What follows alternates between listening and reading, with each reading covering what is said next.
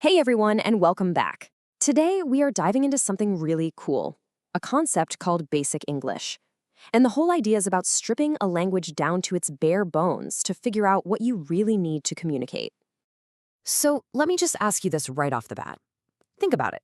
Forget the dictionary, forget all the fancy words you know.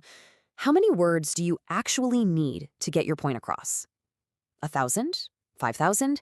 You might be surprised by the answer. Well, that question brings us right to the heart of what basic English is all about. It's literally an attempt to boil a language, in this case English, down to its absolute essential core. Now, this wasn't just some academic exercise. It was designed to be a practical tool, a kind of streamlined version of English for international communication, for teaching, or, for anyone who just wanted to say something clearly without a lot of extra fluff. Okay, so here's the number that's at the heart of this whole thing.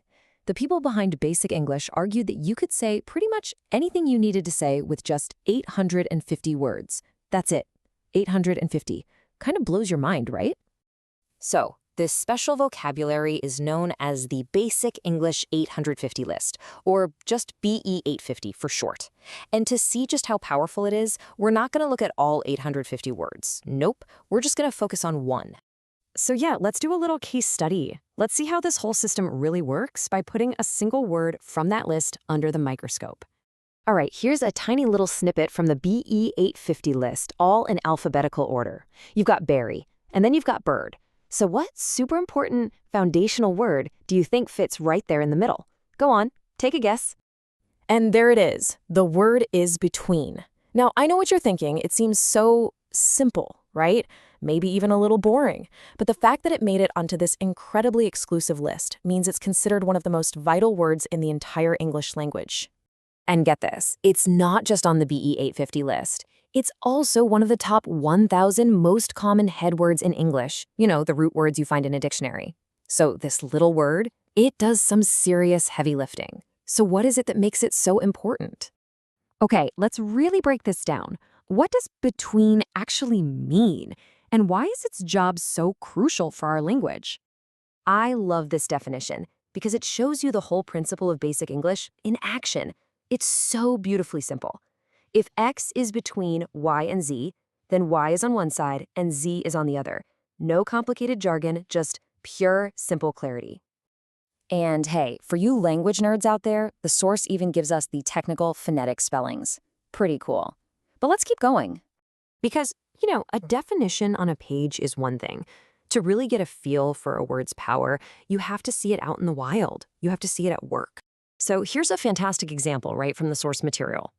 Georgia is between North Carolina and Florida. Boom. In that one little sentence, using that one little word, you get a super precise location. You can literally picture it on a map in your head right now. See? That's the magic of it. Between doesn't just name an object. It creates a relationship between other things. It connects them in space.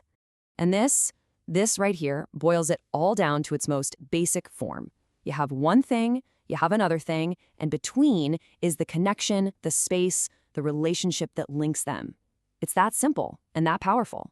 So let's zoom back out. Let's get to the big picture here. Why does a humble little word like between deserve a spot on a list with only 849 other words?